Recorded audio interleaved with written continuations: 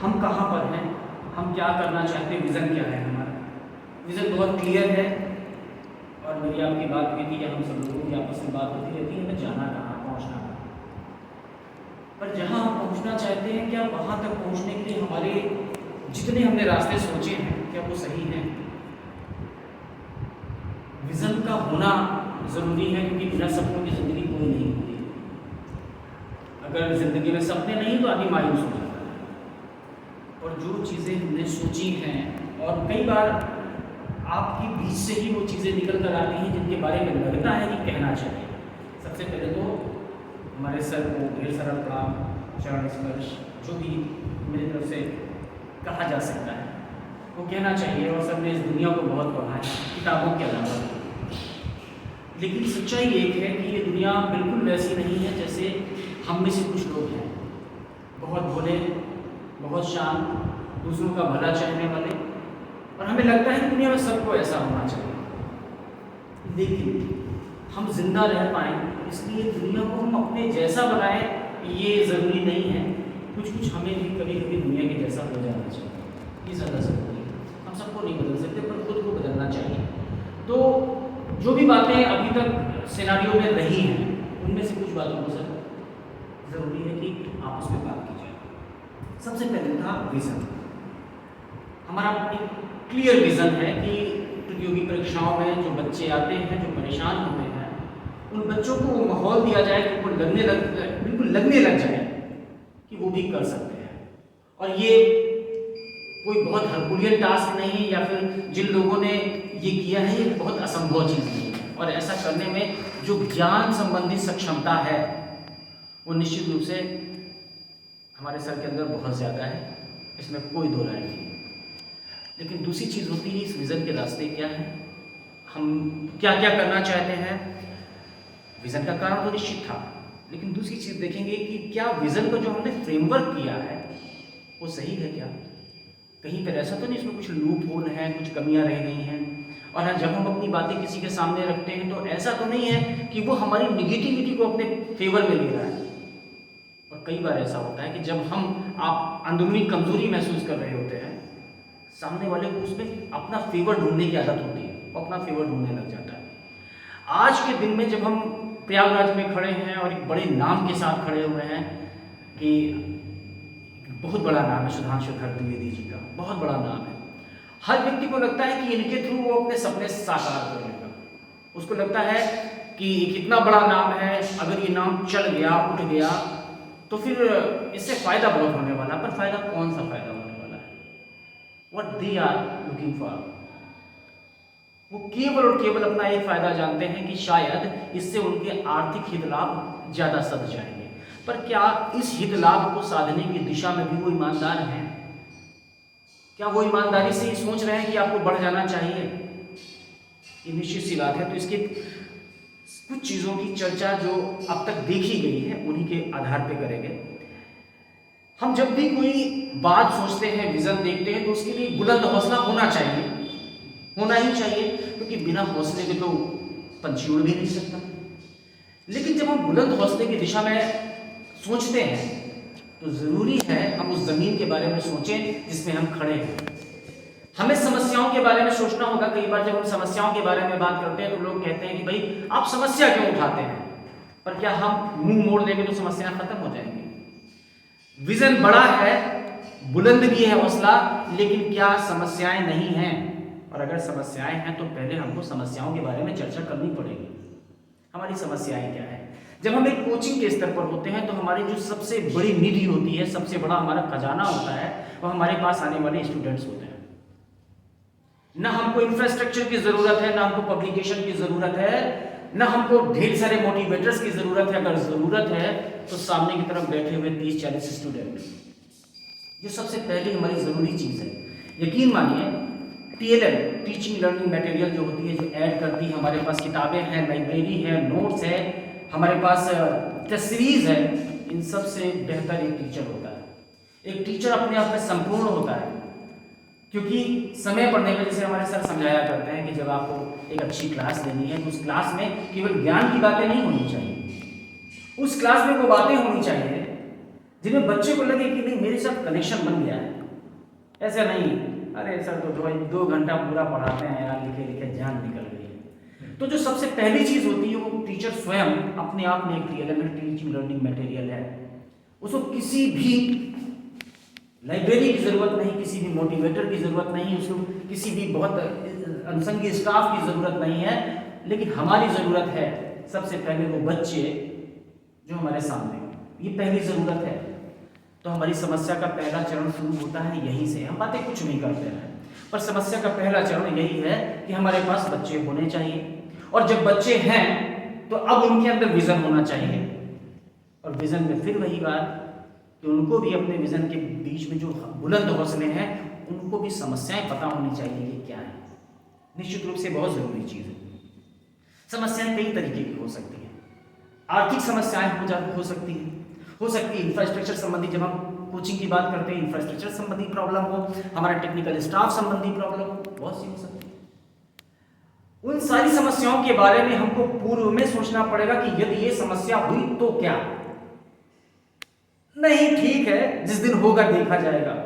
आप बहुत बड़ा विजन लेके चलना, और ऐसे विजनरीज को अपनी हर एक चीज, हर एक कमी के बारे में निश्चित रूप से पता होना चाहिए, बिल्कुल पता होना चाहिए, और उन समस्याओं का जमीनी सलूशन भी पता होना चाहिए। इस लंबी लड़ाई में सबसे पहले आपके सामने वो लोग होने चाहिए जो आपके साथ अपने सपने को जोड़कर देखते हैं।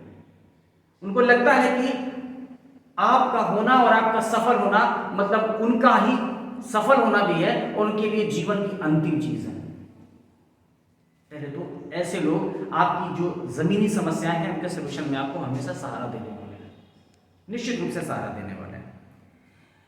दूसरी बात, आप अपनी समस्याएं कहेंगे किससे? क्या सबसे कह देंगे? इस जीवन का एक सच है, आप अगर हर एक व्यक्ति को बताएंगे कि मैं समस्या से ग्रस्त हूं, आपसे भी बताएंगे, आपसे भी बताएंगे, आपसे भी बताएंगे, इनमें से कितने लोग हैं जिनका दिल आपके लिए अंदर से कचोटने लग जाएगा कि समस्या निकल रही है? कितने लोग होंगे? समस्या हमेशा उन लोगों से शेयर की जानी चाहिए जो आपकी समस्या के प्रति खुद भी गंभीर हो जाते हैं। वो आपको समस्या में देखते हैं तो खुद समस्याग्रस्त हो जाते हैं, उनको लगता है कितनी जल्दी आप उस समस्या से बाहर आ जाए। ये बहुत ज़रूरी चीज़ है। इसलिए एक बहुत ज़रूरी विषय है कि अपनी समस्या को कभी किसी से मत कहिए, मेरे पास ये है, ये नहीं है। अपनी समस्या को किसी से मत कहिए, मेरे इकोनॉमिकल बैकअप है या नहीं है, मेरे पास बिल्डिंग है या नहीं है। क्योंकि इन सारी समस्याओं को कहने के बाद आप जिस व्यक्ति से कह रहे हो वो आपके समस्या का सलूशन नहीं बनेगा, आप हमसे लिख के लो। क्योंकि इस दुनिया में सलाम उसी को किया जाता है भाई जो बड़ा होता है। अगर आप अपने आप को छोटा दिखाने लग जाओगे, कोई सलाम नहीं करेगा, ये निश्चित सी बात है। बड़ा बने रहिए, और उसके लिए है दुख दर्द शेयर करिए, लेकिन उनसे जो आपके दुख दर्द में दुख भी महसूस करते हैं, दर्द भी महसूस करते हैं। अगर आप सबसे कहोगे, आप यकीन मानिए कि आपके पीठ पीछे लोग कहने लग जाएंगे, अरे यार मुझसे मिलो तो यार यही बताते रहते हैं। ये सामाजिक नजरिया है, ऐसा आपने भी किया है और ऐसा आपके लिए भी किया जाता है। कई बार आप सोचते हैं नहीं मेरे लिए कौन कहेगा, ऐसा बिल्कुल नहीं है। ना तो आप भगवान थे, ना आप भगवान हैं, ना आप हरिश्चंद्र हैं, कुछ भी नहीं है आप, बिल्कुल कुछ नहीं है। जरूरी है अपने दिल की गहराइयों में समस्याओं को दाब के रखिए और कहिए तो उससे जो आपका सबसे ज्यादा हितैषी है। और कई बार आप जान भी नहीं पाते आपका हितैषी कौन है। अपने दिल से पूछिए। बहुत से लोग इस दुनिया में, बहुत से लोग ऐसे हैं जो निष्ठुर हैं, कपटी हैं, नीच हैं, फिर भी वो सफल है, क्योंकि उन्हें मालूम है उनको किससे क्या कहना है। बहुत अच्छी तरह जानते हैं उनको किससे क्या नहीं कहना है, ये भी जानते हैं। और ये जानते रहना जरूरी है कि हमें किससे क्या कहना है। आइए केवल उन्हीं लोगों से साझा करिए जो वास्तव में आपके अपने हैं। दूसरी बात, जब आप किसी कॉर्पोरेट व्यक्ति से मिल रहे होते हैं जो आपके इस कॉर्पोरेशन में आपकी सहायता करने वाला है, इस दौरान उस व्यक्ति के सामने ये बिल्कुल प्रदर्शित मत करिए कि if you are then I will be, अगर तुम हो तो मैं हो जाऊंगा। उसको सोचने दो कि अगर ये है तो शायद मैं बन जाऊं। Let him think. लेकिन कई बार जब हम अपनी समस्याएं गाने लगते हैं, अपने आप को असहाय सिद्ध करने लग जाते हैं, तो सामने वाले को लगता है कि अब वो बड़ा आदमी, ही इज द बॉस, और तब वो आपको कैसे ट्रीट करना शुरू करता है, आई एम द बॉस। वो दिखाना चाहता है आई एम द बॉस। इस दुनिया में जाते समय आप दुनिया को क्या देकर जाओगे, अपने बच्चे को क्या देकर जाओगे? यकीन मानो, करोड़ों की संपत्ति है ना, तो बच्चे के नाम लिख के चले जाओगे, बच्चा उसका एंजॉय कर लेगा। लेकिन जाते समय आप सोचो कि आपने जो 1000 किताबें पढ़ी थी, आपने जो बांसुरी बजाना सीखा था, आपने गिटार बजाना सीखा था, अपने बच्चे के नाम करके चले जाओ, तो कर दोगे क्या?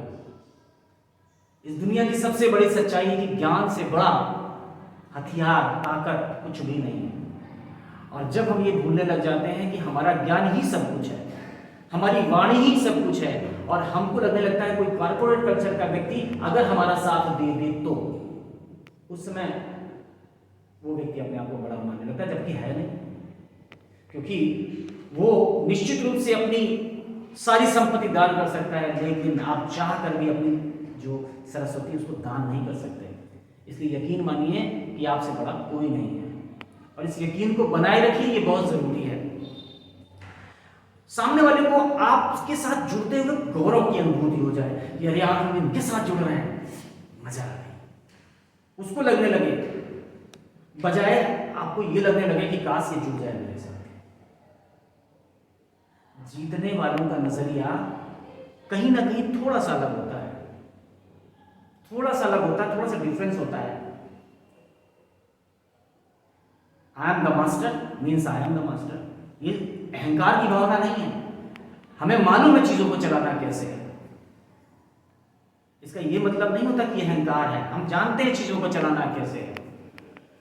अपने शब्दों को इतना कम खर्च करना होता है कि सामने वाला सोचे कि यार बिल्कुल नहीं बोलते हैं भाई, यार कुछ बोले तो समझ में आए तो कि इंसान क्या है। उसको सोचने दीजिए कि आप कितने महान हैं, आप कितने इंट्रोवर्ट हैं, सोचने दीजिए उसको, खोल के मत रखिए खुद को। और ये बात सभी के लिए सच है, और ये बात बहुत जरूरी भी है। कौन क्या बना है, कौन कितना आगे जाएगा, कहीं ना कहीं किस्मत डिसाइड करती है। लेकिन किस्मत भी तभी डिसाइड करती है, तभी फेवर करती है जब आप गलतियां नहीं कर रहे हो।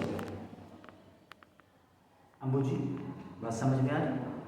और इन बातों को निश्चित रूप से सभी व्यक्तियों को समझना चाहिए। तो वो व्यक्ति जो आपका भाग बनने जा रहा है, उसको गौरव महसूस हो, आपके साथ जुड़ के उसको लगे कि भैया काश मेरे साथ हो जाए तो मेरा तो नाम हो जाएगा, पैसा मिले ना मिले, बस ये हो जाए कि वो मेरे साथ चलते हैं। जैसे हमने जमाने से अपने स्टेटस में कोई फोटो नहीं लगाई थी।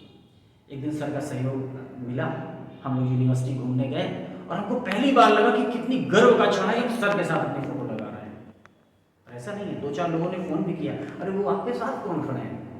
तो सुधांशु सर, जानते हैं आप उनको?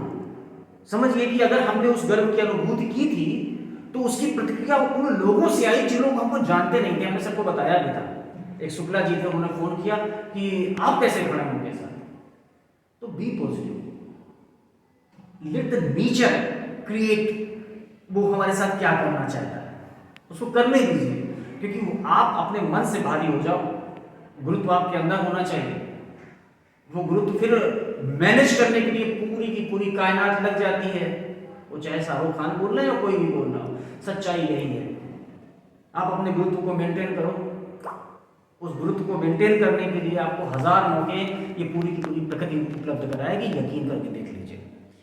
एक सर हैं जिनके सामने हम नतमस्तक भी होते हैं, सर के बुलावे पर हम आ भी जाते हैं। सर कुछ भी कहते हैं हम सब कुछ मानते हैं। क्यों? क्योंकि ये सर का गुरुत्व है। वो लिखने के 4 शब्द हमने पढ़े, जुड़े सर के साथ, लगा कि इंसान भला और भोला दोनों ही है। पर क्या भला होना अच्छा है? बहुत अच्छा है, बहुत अच्छा है। पर क्या भोला होना अच्छा है? आज के दौर में कम से कम नहीं है, क्योंकि आप जिसके भी सामने बैठते हैं वो आपको शीशे के मानिंद देखना चाहता है, क्या क्या दिखाई पड़ रहा है आप उसके लिए कितने रुपए वाली नोट साबित होने जा रहे हो। If you are just a चिल्लर करेंसी। 4 दिन तो बात करेगा, 5वें दिन से भैया वो है नहीं बता दो ऑफिस में। ये निश्चित सी बात है इसलिए गुरुत्व को मेंटेन करना बहुत ज़रूरी है। एक चीज़ और, जब आप कोई स्ट्रेटेजी अपने दिमाग में बनाते हैं जो बिल्कुल बिल्कुल आपकी अपनी है, जिसको किसी ने पहले फॉलो नहीं किया, उस स्ट्रेटेजी को कभी किसी के सामने मत खोलो।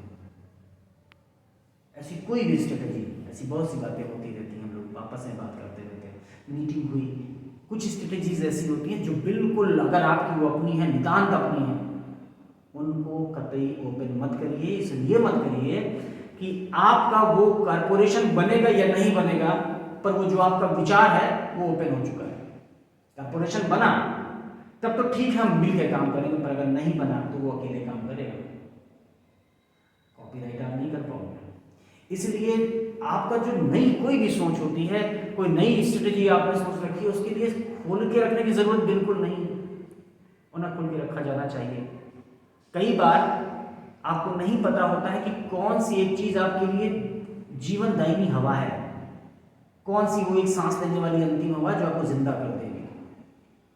क्योंकि जब अच्छे लेवल पे बात होती है तो दोनों ही पक्षों को देखा जाता है, सामने वाले का नजरिया क्या है, दूसरे वाले का नजरिया क्या है। आप कितना भी चीजों में लगे रहो, लेकिन आपको ध्यान होना चाहिए, आपको पढ़ते रहना चाहिए।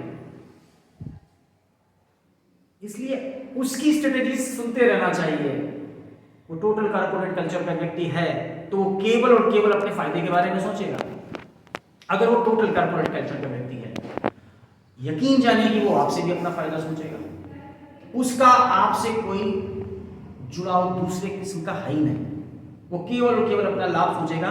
इसलिए ऐसी किसी भी जगह पर अपनी स्ट्रेटजीज को बिल्कुल ओपन नहीं किया जाना चाहिए। इसके अलावा कई बार जो व्यक्ति होते हैं उनके सापेक्ष और जो हमारा समय चल रहा होता है उसके सापेक्ष स्ट्रेटजीज अपने आप बन जाती हैं। जरूरी नहीं कि हम सोच के रखें कि हम ऐसा ऐसा ऐसा ऐसा करेंगे। आप एक कागज में लिख लो कि आप आज से कल तक में क्या करोगे, कागज में लिख लो, लाइन से लिख लो, और उस कागज को पूरे दिन जेब में डालकर रखो और एक एक चीज पढ़ते करते रहना। अगर आपने 10 बातें लिखी हैं, यकीन मानिए उनमें से कम आप 2 को फॉलो नहीं कर पाओगे, भले आपने लिख के रखा है कागज में। Once again let the nature decide कि क्या होने वाला है, उसको डिसाइड करने दो। हम क्या करेंगे, हमारी बातें बहुत छोटी में, शॉर्ट बहुत छोटी में होनी चाहिए। This is the project, these are the requirements, now what's your opinion about that. सारे पन्ने खोलने की जरूरत नहीं है, लंबी बातें, गंदी बातें, फाइनली सामने वाले को लगने लगता है कि बातें बढ़ रही हैं, क्योंकि उसका इंटरेस्ट आपकी भविष्य की योजनाओं से नहीं है, बिल्कुल नहीं है। बहुत छोटे में बात होनी चाहिए, बहुत छोटे में, इतना छोटे में कि उसको लगे कि यार वो तो आए, इतनी देर बैठे चलेगा, यार कुछ बोले ही नहीं, दोबारा मीटिंग फिक्स कर यार, अब की यार कह देना साफ साफ उनसे कि यार थोड़ा सा कम से कम बातें तो करें जिसलिए आए थे, उसको क्यूरियस होने दो। हम बुझ भैया सही है। ये कुछ और दिशा देखते हैं। एक बात अभी कह रहे थे कि अपनी स्ट्रेटेजी को कभी शेयर ना करो, लेकिन जरूर करो जब वो आपके अपने अंग हो जाए, तब तक तो शेयर नहीं करनी चाहिए। जिस दिन वो आपके अपने अंग हो जाए उस दिन जरूर शेयर करिए। और दूसरी चीजें कि युद्ध का काल जो होता है वो कभी भी कंस्ट्रक्शन का काल नहीं होता है, निर्माण का काल नहीं होता है। युद्ध के काल में आपको करना क्या होता है, संघर्ष के काल में आपको करना क्या होता है, अपने आप को सबसे ज्यादा मैनेज करना होता है हर एक चीज के लिए। युद्ध के काल में, शांति के काल में तो सृजन होता है, बड़े बड़े साहित्य लिखे जाते हैं, बड़ी बड़ी रचनाएं की जाती हैं, बड़े बड़े वास्तुशास्त्र के चीजें बना दी जाती हैं। लेकिन युद्ध के काल में आपको बहुत संयत होना होता है। आक्रामक ना भी रहे तो कम से कम सतर्क रहना होता है। जब हम शुरुआत में होते हैं, हमारे चारों तरफ कोई नहीं चाहता, अगर हम यहाँ पे फल का ठेला लगाते हैं, आप बताइए फल के ठेला वाला चाहेगा कि बगल में कोई दूसरा फल का ठेला वाला लगा ले? नहीं चाहेगा। तो जब हम शुरुआत में हैं तो हम युद्ध काल में हैं, और इस युद्ध काल में हमारी जो रणनीतियां हैं, जो हमारी समझदारियां हैं, जो हमारा ज्ञान है, जो हमारी उपलब्धियां हैं, उन चीज़ों को हमको मैनेज करना पड़ेगा। क्योंकि हर तरफ से ठेले वाले ने ठेला लगा रखा है, आपको ठेला लगाने नहीं देगा, क्योंकि उसके भी अपने हित लाभ हैं, उनको साधना चाहेगा। इसलिए ये ज़रूरी है कि युद्ध काल में हम बहुत सतर्क होकर काम करें। Not everybody to disclose you are here, I'm going to disclose each and everybody. Why will you assist me anytime? Will you provide me something? If not, then why should I share my strategies with you? Why? Never. क्यों share की जानी चाहिए? Share करिए उनसे जो आपसे आपके लाभ के लिए, आपके प्रेम के लिए, आपकी आस्था के लिए जी जान से जुड़े हैं। आपके दुख का मतलब उनका बहुत बड़ा दुख, आपकी खुशी का मतलब उनके लिए पागलों वाली खुशी था। यही दुनिया का सच है, क्योंकि आप गौरैया बन के जिंदा नहीं रह पाएंगे, कोई ना कोई चीज आपको मार देगी, निश्चित सी बात है। इसलिए जरूरी है चीजों को वैसा देखा जाए जैसा हमारे बड़े बड़े रणनीतिकारों ने कहा है। हम हमेशा अपने नजरिए से ये सोचते रहे कि मैं भगवान के सबसे नजदीकी व्यक्ति हूं, मैं झूठ नहीं बोलता, मैं किसी की बुराई नहीं करता, मैं सबका भला चाहता हूं। ये जो लिखी हुई बातें हैं किताबों की, इनको कब प्रतिफल मिलेगा? जैसा कहा जाता है कि कड़ाहे में तेल में तले जाओगे, जब वहां जाओगे तो हम तले जाएंगे या नहीं तले जाएंगे? अगर ये प्रतिफल मिलना है तो फिर वो अच्छाइयों का प्रतिफल वहां मिलने दो। ये भौतिक जीवन है, यहाँ लड़ाई करनी पड़ेगी, और लड़ाई करने के अपने नियम होते हैं। अगर बिना नियम के करोगे तो हार जाओगे। हम बुझ भैया, बहुत सी बातें हैं। हम जब कोचिंग में एक टीचर के रूप में यहाँ पढ़ा रहे होंगे, हमारा कनेक्शन उन बच्चों से बन रहा होगा। अगर वो हमको स्वीकार न कर पाए, अगर वो ये ना मान पाए कि सर जी ही सब कुछ है, अगर वो ये स्वीकार करने लगे फलाने खान सर, फलाने ओझा सर, आपको स्वीकार नहीं कर पाएंगे। आपकी स्वीकारोक्ति मैक्सिमम हो, इसके लिए जरूरी है कि वो आपको भगवान समझें, आप उनको भगवान ना समझें। इस स्वीकारोक्ति के लिए जब वो आपको स्वीकार करने लग जाएंगे तो किसी भी ओझा किसी की तरफ कुछ नहीं देखना है। उनको लगेगा सर ने कहा था, बस वही सही है। जैसे मेरे लिए भी, मेरे मैथ के टीचर थे, सर को बता भी रहे थे, उन्होंने कहा 2 + 2 = 6, तो दुनिया से लड़ जाएंगे कि 2 + 2 = 6। अगर उन्होंने कहा है तो मतलब विश्वास भगवान जैसा विश्वास, और वो विश्वास बनाने के लिए भी अपने नियम निकलेंगे, अपने नियम लगेंगे। कहने में कई बार बातें खराब लगती हैं, लेकिन एक शिक्षक होने के लिए जरूरी है कि हम खुद तैयार हों। हम तैयार हो, साथ में हमसे सारी अपेक्षाएं होती हैं। हम सिगरेट ना पीते मिल जाए, ये शिक्षक से ही तो अपेक्षा होती है। कि चकबंदी के बाबू से कोई अपेक्षा करता है कि वो बीड़ी क्यों पी रहा था? हमसे अपेक्षा करता है। एक शिक्षक होने के बाद ये कहा जाता है कि उसकी भाषा इतनी शानदार हो कि सबको समझ में आ जाए। एक शिक्षक होने के नाते ये कहा जाता है कि उनकी आवाज इतनी बुलंद है कि भाई सुन के मजा आ जाता है। यार जब वो बोर्ड पे खड़े होके अकबर की एक्टिंग करते हैं तो लगता है यार अकबर खड़ा है, और जब वो नाट्य कला के बारे में बताकर वो चतुर्भुजाकार शिव के बारे में बात कर रहे तो लग रहा था शिव है। इसका मतलब आपको अच्छा खासा एक नाट्यकर्मी भी होना पड़ेगा। ये सब होने के लिए पहले आपको तैयार करना पड़ेगा अपने आप को, खुद को, कि मैं शिक्षक हूं, मैं कमाने के लिए खड़ा हुआ हूं। अगर इस नियत से आप खड़े होंगे तो आप शिक्षक कभी नहीं बन पाएंगे।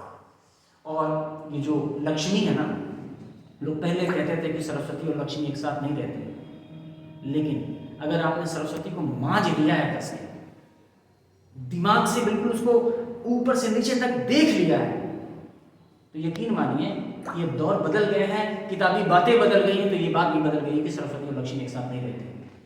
आप अपने आप को निखार कर तो देखो, लेकिन बनना पड़ेगा। तो ये वो शुरुआती बात थी जिसके लिए आज सर ने पहली बार मौका दिया है, और बहुत शुक्रगुजार हूँ। किसी भी स्लाइड भी चली गई, चेहरा उतना चमक नहीं पाया होगा, मेरी आवाज़ अगर क्लियर रही होगी